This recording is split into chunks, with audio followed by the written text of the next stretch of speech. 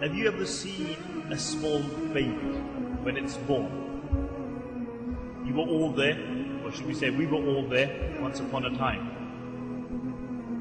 You see the baby, how much it's in need of assistance. It is totally dependent on other people. And this is how Allah subhanahu wa ta'ala creates a person. Why? Because He wants him to remember his origins. He can't turn by himself. He wets his nappy. He does number 2 in his nappy, and he can't clean himself until his mother comes and takes that nappy off. He wants to drink, he's hungry, and he can't move or drink until his mother feeds him.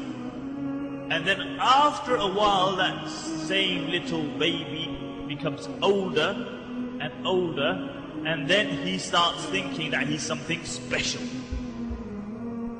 And then he forgets his origins, and he starts to think that he is it. He is the man. Forgetting his origins, and the older that he gets, the more independent that he regards himself. And when he starts going to the gym and pumping some iron, and he starts taking horse growth hormones, so he bloats, then after a while he thinks that he is something really special. And come summer, a day like this, you won't find him here, illa mashallah, he's on the street with his t-shirt on. And then a time comes that that very same person becomes old, and he becomes bent-backed if he reaches that age. And he walks with a stick, and when he wakes up in the morning, all his bones hurt. All those bones hurt. And then a time comes that he becomes ill, sick, and he can't move without assistance again. Why? Because Allah made him dependent, then Allah made him independent, and then an age came that Allah made him dependent again. And then he lies upon his bed and he can't move, and Malik al-Maut is sitting upon his head, and it is waiting to take out his ruh, his soul. It's waiting. He sees it, nobody around him sees it, and he sees the reality. You know, the other day I was speaking to somebody who was really seriously ill. I went to meet them in hospital, and they thought they were going to pass away. But alhamdulillah, Allah gave him recovery. And you know what he said to me? He goes, Maulana, it's not easy dying. It's not easy to die. But the reality is that everybody here, me, you, and the millions who came before us, came and they left this dunya. If you go into the graveyard, and this is why the Prophet ﷺ said that you should go to the graveyard and you should visit the graveyard, because it reminds you of death. Look at the tombstones. It will say 1835, 1825. It shows that these people spent more time in the grave, under the earth than upon it. And then a time comes, he's lying in his bed, and he sees Malik al-Maut. And if Allah gives him, if he's been a good person in his life, Allah gives him the tawfiq to recite the kalima. And if not, then he leaves this dunya. And that very same person, now they give him a bath. He can't bathe himself anymore. They give him a bath. And the water shouldn't be too hot, or nor should it be too cold, because he feels it.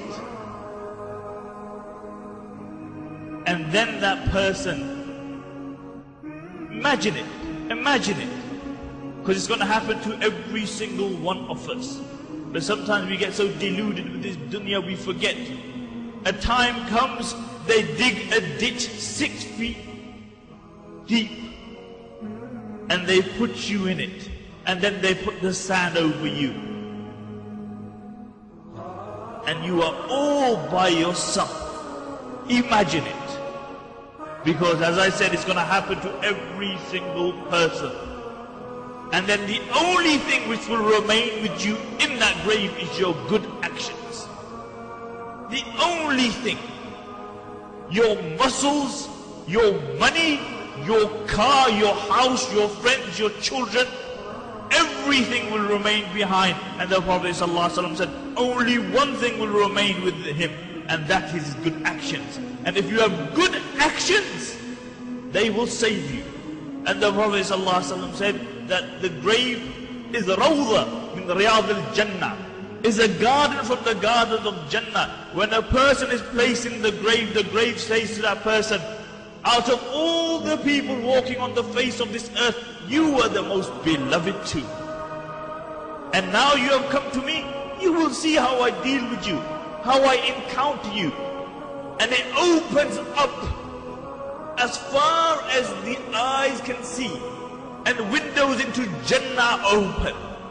And then there will be the other person who lived his life, because you either go to Jannah or you either go to Jahannam, who had lived his life, but he did whatever he wanted. He womanized, he wined and dined, and he actually believed that he's going to kick 50, and when he kicks 50, he's going to grow a beard and do Hajj and go to the masjid. But there's no guarantee. There is no guarantee. And he's put in his grave all by himself. Nobody with him. And the grave will say to him, out of all the people walking on the face of this earth, you are the most despised in my eyes. You are the most despicable in my eyes. And then the Prophet ﷺ said, it will squeeze him. It will squeeze him. And then the Prophet ﷺ thrusted his fingers in one to the other. And he said his ribs will go into each other like this. This is how it will squeeze him. And the only thing which will suffice and safeguard you on that day is your actions. Actions. Actions. And the Prophet ﷺ said that a person, now you look at, we become independent and we think we are something special. But the Prophet ﷺ said, when man will be brought in front of Allah subhanahu wa ta'ala, he will be like a buzzard. You know what a buzzard is? Have you ever seen a calf when it's born and it tries to stand up and it falls down again, and then it stands up and it falls down again? The Prophet ﷺ said, when man will come in front of Allah subhanahu wa ta'ala on the day of judgment to give account for his action, he will be like a buzzard.